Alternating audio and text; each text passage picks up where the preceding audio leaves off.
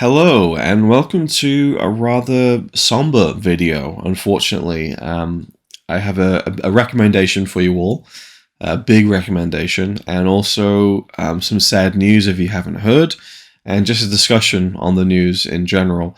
And I would have liked to have maybe gathered together all the Blu-rays I have from this particular company, but Network unfortunately have gone under. So Network, I think publishing I mean, there's been a few different names that I've read online for the actual company. I think there was Network Publishing, the website was Network on Air, and obviously you just referred to it as Network. But it was a UK company that released lots of British television on DVD and on Blu-ray. They did movies, documentaries, all sorts of stuff. And it was just this complete out of the blue thing on Twitter. Someone said that Network have gone under. You know, there isn't many details about it, but they've gone basically. The website's done, and you look on their Facebook and there was regular posts leading up to this, and they've got a new release coming out, and then all of a sudden it's just like lights out. You know, and I think some people are now starting to get refunds on their pre-orders, but any orders made are probably going to be unfulfilled, and all of their excess stock will be sold off through third-party sellers like Amazon.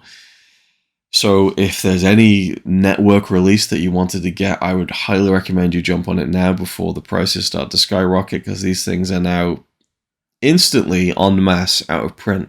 It's crazy. Like, there was so many releases that they've put out, and there's people online who say that they've bought hundreds of their releases and stuff, and it's so shocking. And I was never a huge Network fan to the point where I have a big collection of them. There's a few different releases that I have. One of my favorites is the World at War box set, which is just, I mean, I've watched maybe about 4 or 5 hours of it, and it's heavy stuff, but it's absolutely incredible. And one thing I would have to give Network credit for that is that they initially released it in this restored version. This is a series of documentaries from the 1970s, I believe, made in the UK about World War II. This extensive documentary series, remastered in high definition from the original, you know, film negatives and everything. But it was cropped to widescreen, originally presented in 4:3, or the equivalent, you know, the kind of a squarer ratio than normal, as would have been shown on TV in the 1970s. But they cropped it to widescreen, 16:9, which I believe was done to be syndicated into television and to be sold to streaming, I guess, I suppose. But a lot of people didn't like it. The purists were not happy that this stuff was cropped and that parts of the image were kind of missing and stuff. And Network later on released a brand new set in its original aspect ratio. That's the one that I bought. And I just think, what a great move. You rarely see anyone doing that, really. Like, that's a big overhaul to kind of do, and I think that's such a great thing that they did, and it's sad that they're gone, basically. And, you know, yeah, there wasn't anything I was looking forward to that they were coming up with, but I think such a valuable source of particularly British kind of cultural history through television and films and documentaries. I loved their Hallis and Bachelor animation shorts collection, which I worked my way through a fair amount of. Some really fascinating short films. The original Man Who Knew Too Much was a really nice release of theirs that I got. And there's other ones I haven't watched yet. But I wanted to recommend one to you that is one of my all-time favorite Blu-ray releases. And I implore you to try and grab it, you know, while you can, in case it goes, well, obviously it is out of print. There's no in case it goes out of print anymore. It's done, you know, unless there's some miraculous, you know, networks like, oh no, we're fine, you know, hi. But from what I understand, and I've read multiple sources on this, that it's, you know, it just went under, you know, and it's just crazy. And you just think, like, some of the labels that you love, and you think, oh, well, you know, they've got that release and that release, but I'll get it down the line. Maybe we should start thinking about, especially these days. I mean, God, it's, you know, things are changing. Is the streaming model going to collapse under its own weight with all these streaming services? Is physical media going to continue as it has been? I think it will always be around, but I think that something like this is really unnerving when, you know, a company like that, who clearly had money, because some of the stuff that they were licensing and some of the stuff that they were releasing, You know, it's one thing to release a film when you're talking about an entire television series, and they did so many of them.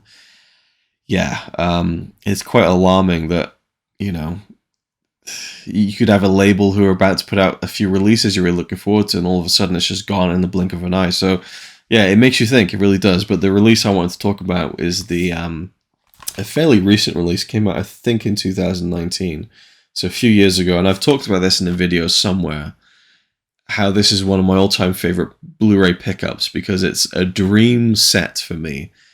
I always wanted this, you know, for years, you know, for like 4 or 5 years. This was like a dream release that I would have loved to have seen, but thought no one would ever do it.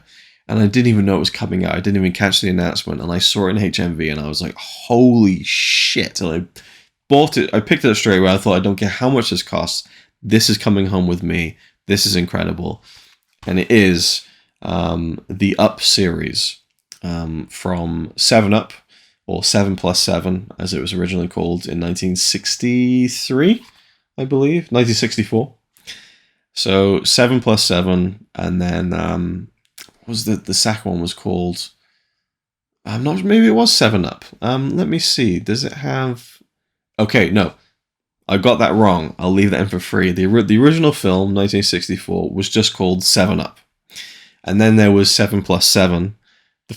Not the following year.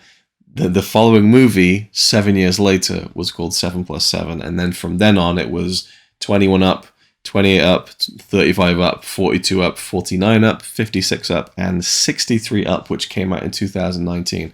And this is the set, the 4-disc Blu-ray set that features the entire collection of this staggering body of work.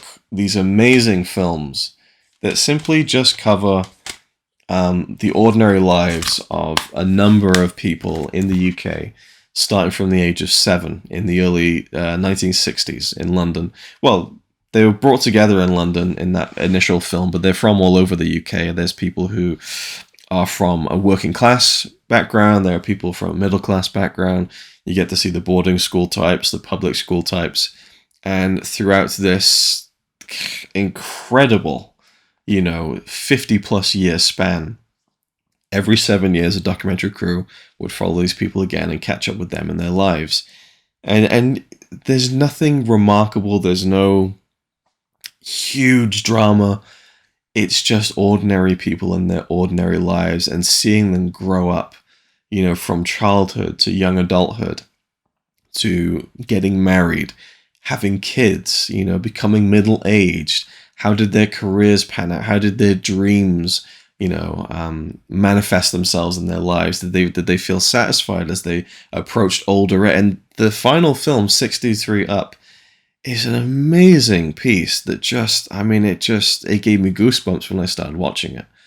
There's such a power to just the passage of time and asking these people these questions. And then there's a little bit of drama. They talk about how there weren't many women who were involved, opposed to the boys at the beginning, and how the interviewer, Michael Apted, who actually sadly passed away recently, he took the helm from the second film onwards. He was a researcher on the first film, directed the next one, and directed all the subsequent films. And they get into a few spats over some of the questions he asked the women as they were growing up and stuff. But there's nothing huge and earth shattering. It's just the lives and how these people have changed.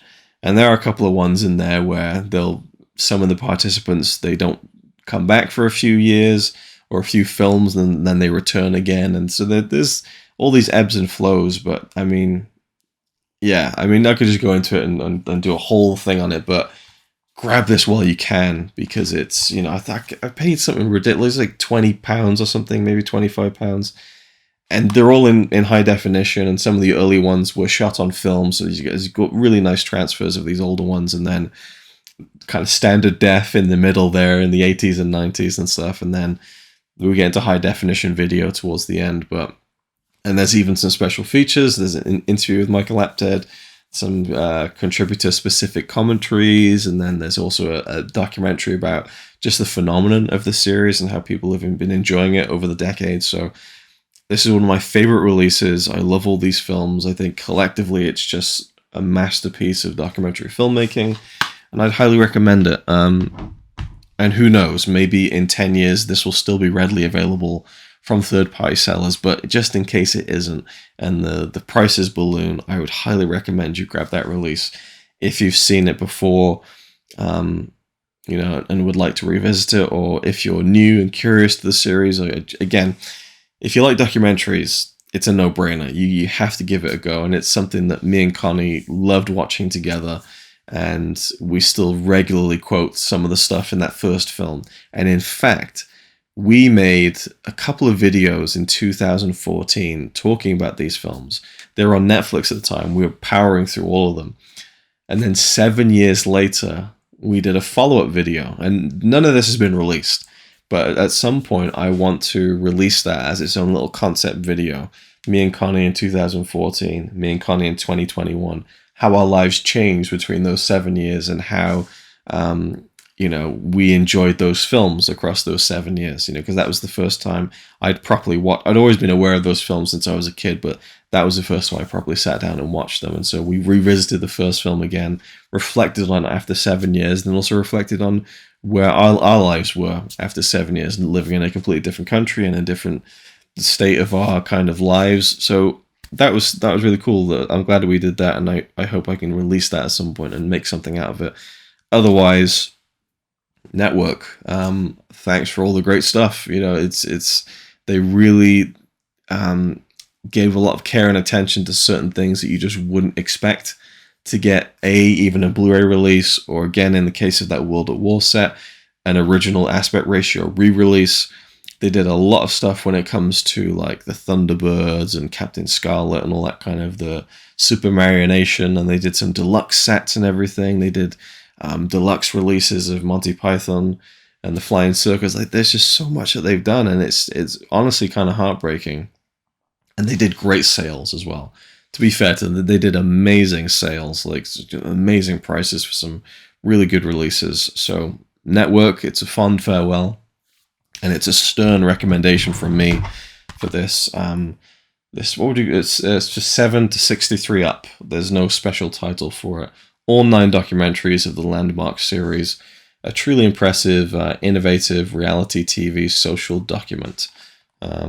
Yeah, that's just it's an amazing release from a great company, and it's just so sad that they're no longer around. And who knows, maybe we'll hear some details in the coming days and weeks about why they went under, and maybe there will be someone to swoop in and kind of pick up the licenses and maybe re-release some of the stuff. I don't know. I mean, I have no idea. I don't think many people do, but I wanted to make a video about it because I thought that Network were a really underrated label in the UK and worldwide as well, because I know that there are people on the forums who, you know, would buy these releases from overseas and were very passionate about the Network stuff and their focus on British TV and stuff like that. So anyway, that's it for now. Thank you for watching. Hope you enjoyed. Leave me your thoughts down below on Network. I'd love to hear some opinions and thoughts, and maybe some releases of theirs that you like. And I'll see you in the next one.